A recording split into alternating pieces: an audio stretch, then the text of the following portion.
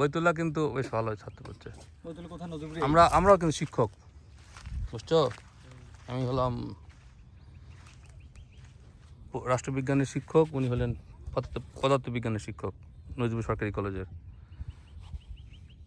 ঠিক আছে, তোমাদের বাড়ি এই পারে না ওই পারে?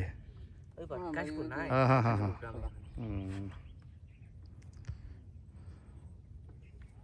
আমরা সাইকেল, আমরা ছুটির দিনে আমরা সাইকেল চালাই বেড়াই। তোমাদের সাইকেল আছে? তো তোমাদের সঙ্গে একদিন হোক একটা সাইক্লিং। এখানে কিসে যাবো ইয়াতে তোমার ঠিক করে নাও, সাইরা এখান থেকে চলে যাবো, বগুড়ায় যাবো, মানে ঘুঘুডাঙ্গায় যাবো, একটা প্ল্যান করে ঠিক করে নাও। ওখানে কিছু আমরা লেখাপড়া আলাপ করবো নি, যে তোমার শিক্ষক তোমার ছাত্র। কি রাজি তোমরা? এখন কেন মা বাবা যাওয়া দিলে তো। তোমার কি হবে, সায়েন্স আর কমার্স? সায়েন্সে টেকনিক্যাল স্টুডেন্টে। তুমিও টেকনিক্যালে পড়ো? তোমাদের কত জন স্টুডেন্ট? আমাদের ক্লাসে আছে 109 জন। এক ক্লাসেই? ব্যাচ আলাদা। 109 জন না, 116 জন হয়তো এক ক্লাসেই? হ্যাঁ। তার ভিতর ইলেকট্রিক্যাল আছে, আইটি আছে, হ্যাঁ, ব্যাচ ভিন্ন আছে। কথা বলিস নি, আসবো নি। নৌকা ভ্রমণ একটা হবে তো, কথাবার্তা চলছে পানি বারুক।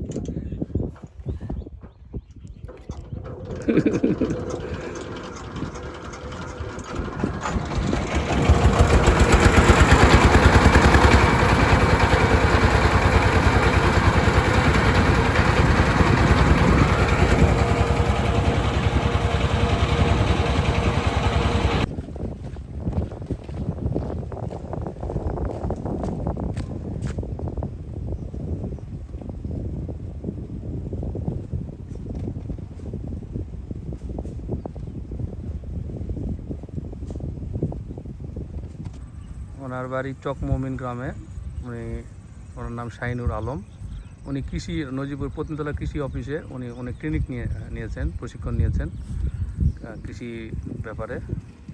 তো উনি বলছিলেন যে কীভাবে উনি ট্রেনিং নিয়েছিলেন, একটু যদি বলতেন শাহিনুর ভাই।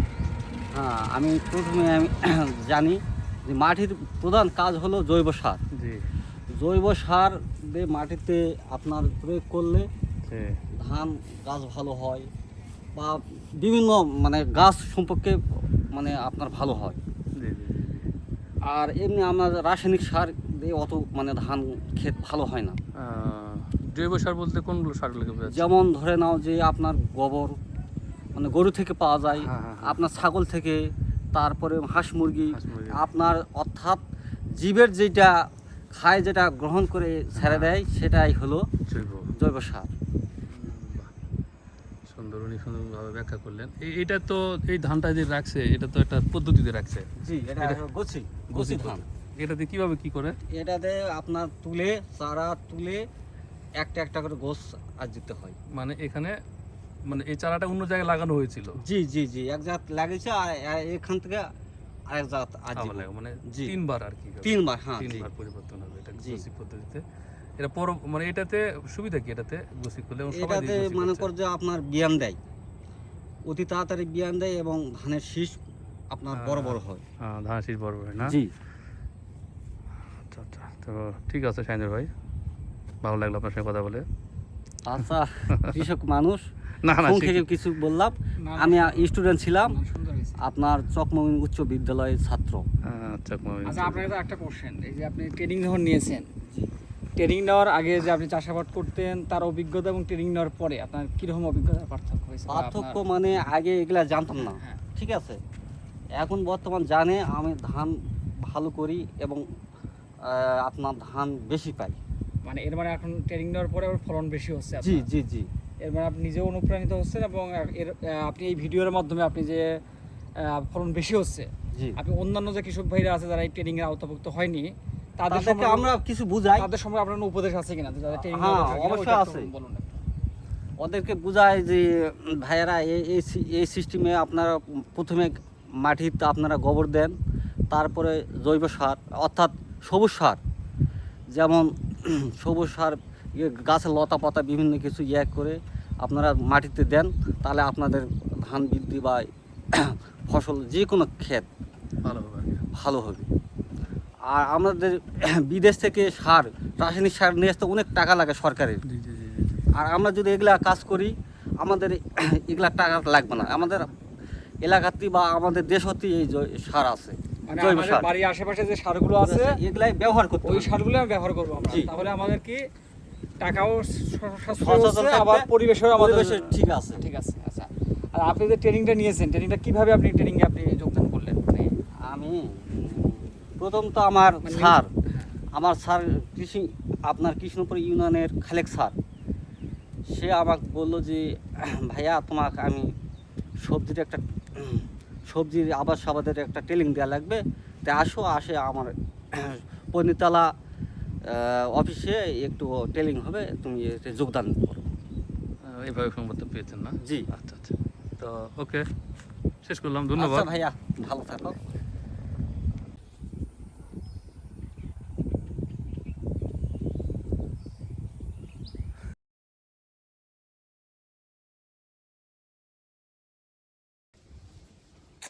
আমার দেখা সবচেয়ে বড় বাড়ি ফোর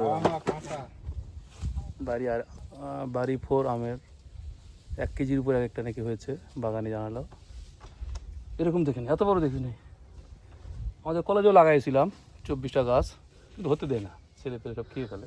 থাক, ছেলে পেলেদের জন্যই তো হতে দেয় না।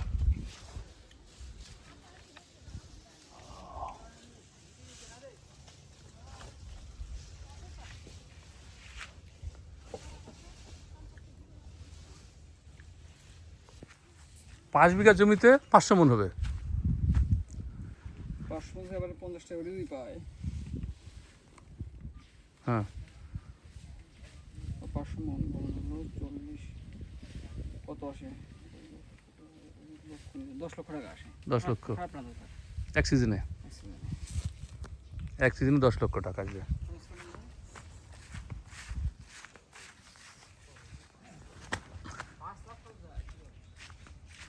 এই যে একটা আম,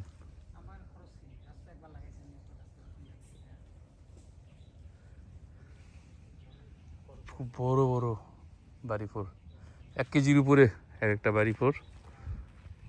ভালো লাগলো দেখো, এই যে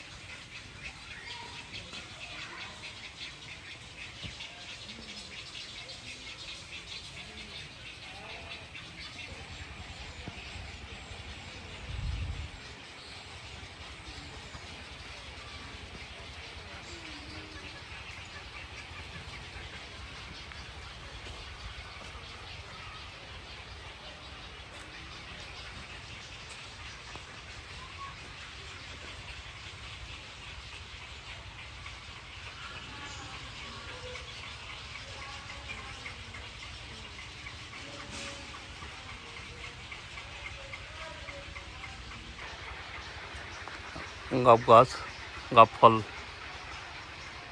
ছোট কেন তো? গাব, দেশি গাবটা মনে হয়।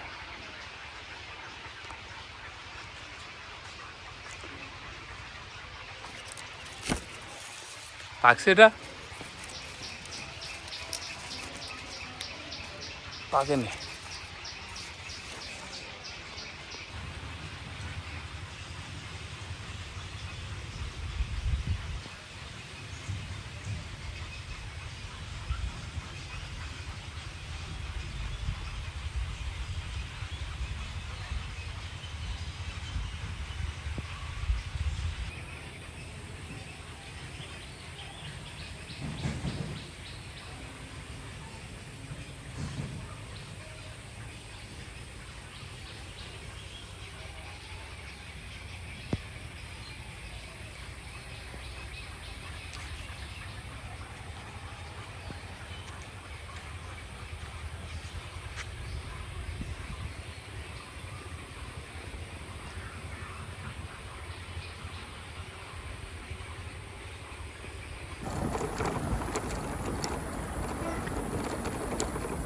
সাপাহার নজিপুর হাইওয়ে, নওগাঁর মধ্যে এখন সম্ভবত সবচেয়ে সুন্দর রাস্তা, চারিপাশে গাছগাছালি,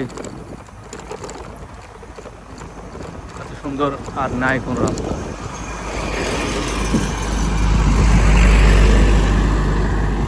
নওগাঁতে কনস্ট্রাকশনের সময় সব গাছ কেটে ফেলছে, রাস্তাঘাট যাই কিছু করুক আগেই গাছ কাটে, যতদূর পর্যন্ত গাছ না কাটলেও চলতো সেগুলো আবার গাছ কেটে ফেলে। এই জায়গাটারই গাছ আছে আগের।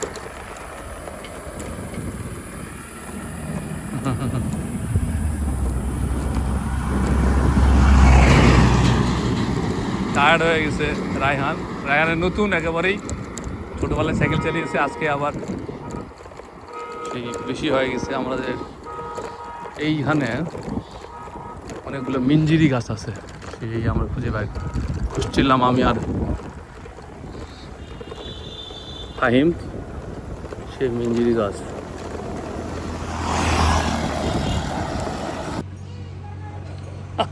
বিজয়ের ডাবল থামস আপ।